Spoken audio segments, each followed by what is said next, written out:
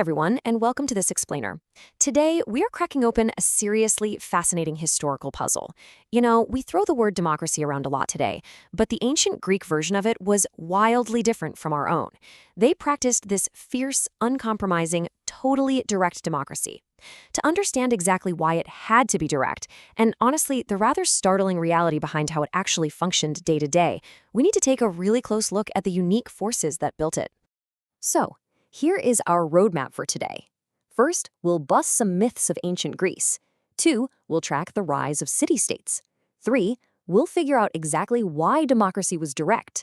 4, we'll look at financing the Golden Age. And finally, 5, the end of the polis. All right, let's jump into part 1, Myths of Ancient Greece. To kick things off, we actually need to completely shatter what we think we know about ancient Greece. A lot of us picture this grand, unified country with a single capital city pulling all the strings, right? But the truth is, no such unified state ever existed, period.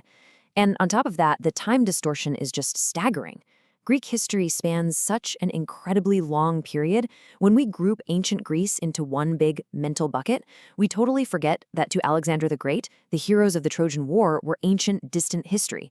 Seriously, they were just as removed from him as the Vikings are from us right now. Crazy, right? Moving right along to part 2, the rise of city-states. So how did we get this fragmented, fiercely independent world of Greek city-states? Well, it was driven by a rugged geography of harsh mountains and dividing seas, but also by a super chaotic and cyclical evolution. Long before the classical Greece we know, there were the peaceful Minoans on Crete. They lived in undefended palaces, just enjoying art, until a massive volcanic eruption wiped them out. Then invaders swarmed in, leading to the warlike Mycenaeans. These are the actual guys who fought Troy. But unceasing attacks eventually brought a complete and total collapse, plunging the entire region into a dark age, so severe that literacy literally vanished. People were using cattle as money. It wasn't until the 9th and 8th centuries BC that the fog finally cleared. The Greeks borrowed the alphabet and coinage from their neighbors, which completely set the stage for a dramatic rebirth. Now, because of that rugged geography I mentioned, very little terrain was actually suitable for agriculture, and that created intense land hunger. It's fascinating to see these stark divergences in how two rising powers handled this exact same pressure. Sparta solved it by violently conquering their neighbors, the Messenians, and turning them into a subjugated class called Helots.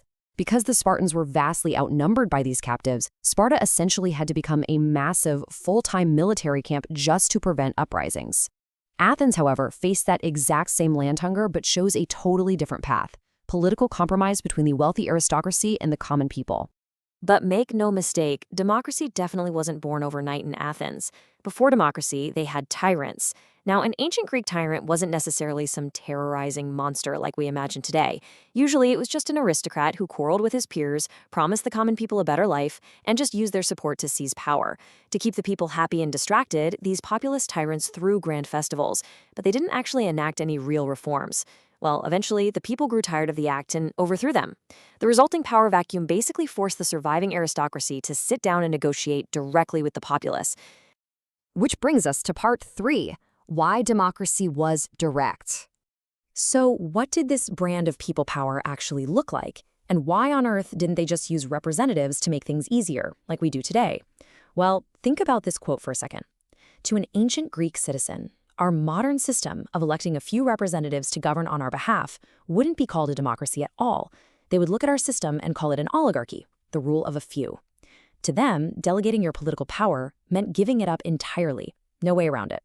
Ancient democracy was entirely, fiercely direct. Just imagine this, up to 6,000 eligible citizens gathering together in the open air. They didn't vote for someone to go make a law behind closed doors. No, they debated the issue themselves, yelling over each other and voting on state matters right then and there.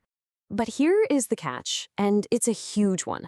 This incredibly direct, immediate participation was only mathematically and logistically possible because it was profoundly exclusive. A staggering 76% of the population was entirely excluded from the political process. Less than a quarter of the residents in Athens were actually considered citizens. You see, direct democracy physically required this enormous, silenced underclass. You had women, slaves, and maidics, which were migrant workers living in Athens.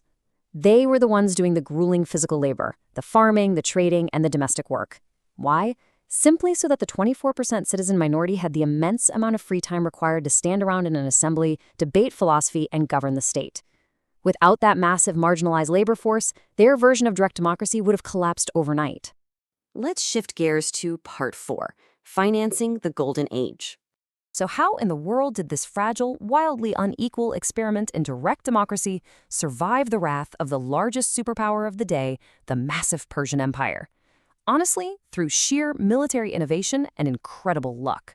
At the Battle of Marathon, the Greeks used the phalanx, this tightly packed, heavily armored troop formation, allowing the Athenians to lose a mere 192 men compared to over 6,000 Persians. Then you have the legendary Spartan spirit at the narrow pass of Thermopylae, where King Leonidas and his 300 Spartans held back hundreds of thousands of Persians for 3 whole days. But the ultimate game changer was a massive stroke of financial luck. Athens had discovered a rich vein of silver just a few years prior, and instead of dividing the windfall, they boldly invested it in a fleet of 200 fast, highly maneuverable trireme warships, which utterly broke the back of the Persian navy. After driving out the Persians, Athens totally capitalized on their naval supremacy. They founded this maritime union to prevent future attacks, and soon enough, 150 allied cities were making annual tribute payments to Athens for protection. So that famous, absolutely beautiful Parthenon on the Acropolis, it was constructed not just as a temple, but practically as a central bank, explicitly designed to hoard all that immense imperial wealth pouring in from their so-called allies. And it was exactly this staggering imperial treasure that funded the classical Greek cultural explosion we all revere today. Without this central bank of tribute, there would be no masterpiece cultures by Phidias, there'd be no groundbreaking philosophy from Anaxagoras, who, by the way, dared to suggest the sun was a burning body rather than a god. And there'd be no massive defensive walls built by the great statesman Pericles. It's a stark reality. Athens' golden age of direct democracy was directly bankrolled by a maritime empire. Finally, part 5, the end of the polis. Of course, that immense wealth, power, and eventual arrogance of Athens inevitably triggered its downfall, bringing a dramatic end to the era of the independent city-state. Sparta and its allies grew incredibly jealous of Athenian prosperity, which sparked a Cold War that eventually erupted in 431 BC into the disastrous Peloponnesian War. Athens suffered a horrific plague, losing Pericles, and made some truly catastrophic strategic blunders.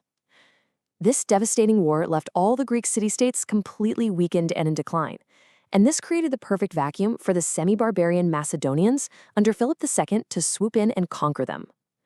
Philip's son, Alexander the Great, then took that power to conquer the known world, paving the ultimate path for the Romans to absorb Greece entirely. Alexander's sweeping conquests birthed what we call the Hellenistic world. Greek culture, the alphabet, and theater were suddenly spread all across the globe, blending with Eastern cultures.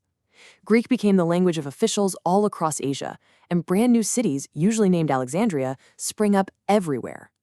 However, there was a massive catch to all of this. This expansion completely erased democracy. Those chaotic, vibrant assemblies of citizens were entirely replaced by huge empires ruled by absolute, unquestionable god kings. And that brings us to the ultimate takeaway from our explainer today. Given that the only successful historical model of pure, direct democracy, where citizens held absolute, immediate power, relied so heavily on the massive exclusion of women and laborers, and was entirely bankrolled by imperial taxation, we are left with a very tough question. Is true direct democracy a genuinely scalable ideal for human society? Or is it a beautiful illusion that fundamentally requires a